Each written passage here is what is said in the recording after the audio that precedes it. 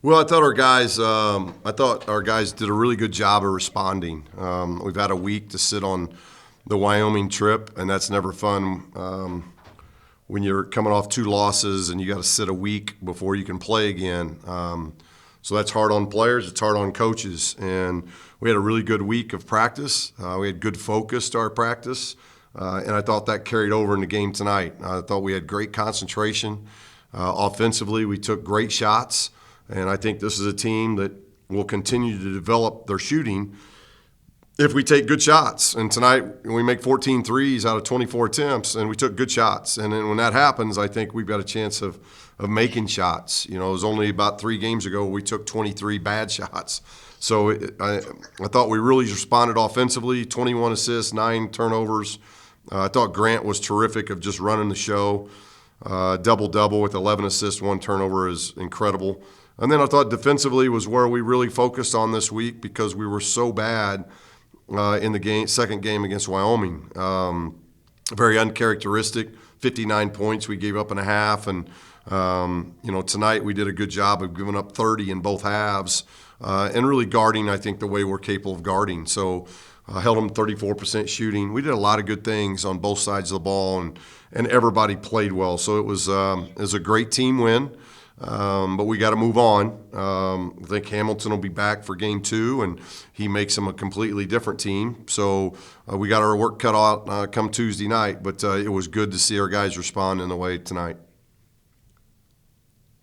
Coach, would you say that was the most complete win that you guys have had this season? Yeah, I mean, I got to watch the tape, Alex, but I told the team afterwards that to me, that is as well as we've played on both sides of the ball.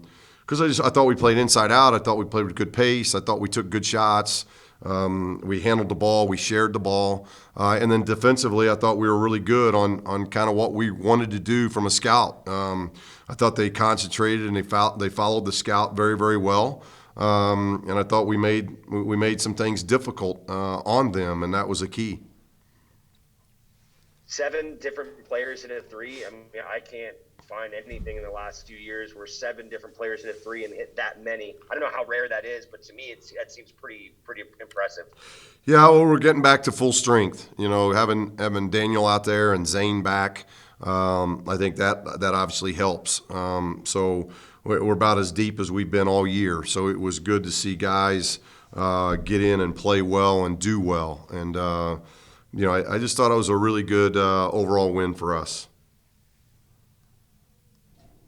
Hey, Coach, earlier you mentioned that defense as well. Just from beginning to end, it seemed like it was a solid defensive output. How impressive was that from beginning to end? They were putting in the effort. Well, they came in. You know, this is a team that on tape they'd won 5 out of 6, so they came in, I think, pretty hot and playing at a high level. So I loved our start. As you know, we've had some struggles with our start. I liked our finish to each half. I liked the start of the game, start of the second half, into the first half, into the second half. And that's why I think we're pretty complete as we go back and watch film on the 4-minute games. If we lost a 4-minute game, it wasn't by much, and I don't think we lost too many of those 4-minute games. So I just thought we were consistent from start to end. This was if it wasn't our most complete game, it was our most consistent game on both sides of the ball. And as you hit February, I told the guys that's a good start. And we've got obviously a very, very big February ahead of us. But I thought we grew in a lot of areas tonight, and that was good after the Wyoming trip.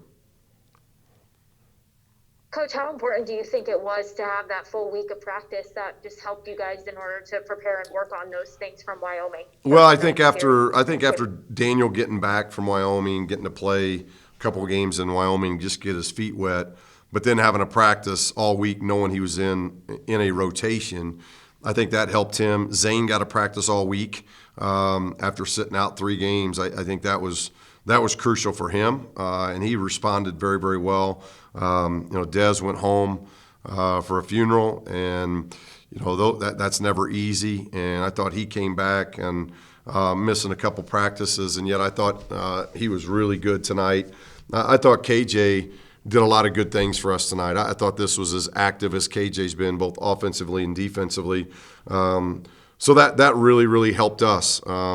But then I thought Daniel, Trey, Kane, all those guys did a lot of good things to assist Grant and Dez, which is always going to be a key for us. And Warren got a little bit off balance. We'll watch some tape with him, but I thought he played very hard and did some good things. But I just thought it was a really good team win for us. Coach, tonight was the last night of the Coach vs. Cancer Suits and Sneakers initiative. What does that mean to you to be a part of that? Well, I've been a part of it for a long time, so I appreciate the NABC, the National Association of Basketball Coaches, of just making that a priority for all of us coaches. If we haven't had to deal with it personally, we obviously know people that are fighting that awful disease. And I think over the years, I've been very blessed in that I've been doing this for 30 years, so I'm not sure when it started. I don't remember it at Manchester my first 4 years, but for most of my Division I career as a coach, we've been doing this initiative, and just the awareness, even though we don't have fans, the awareness and the raising of money that I think takes place, not just in this weekend and this period of time that we're bringing awareness to Coaches versus Cancer, but all the things that happen then in the summer and the fundraisers that take place to raise money that goes for research and fighting this awful disease. I really appreciate the American Cancer Society and the NABC teaming together, and all the coaches that support it. It's something that's very special within our organization.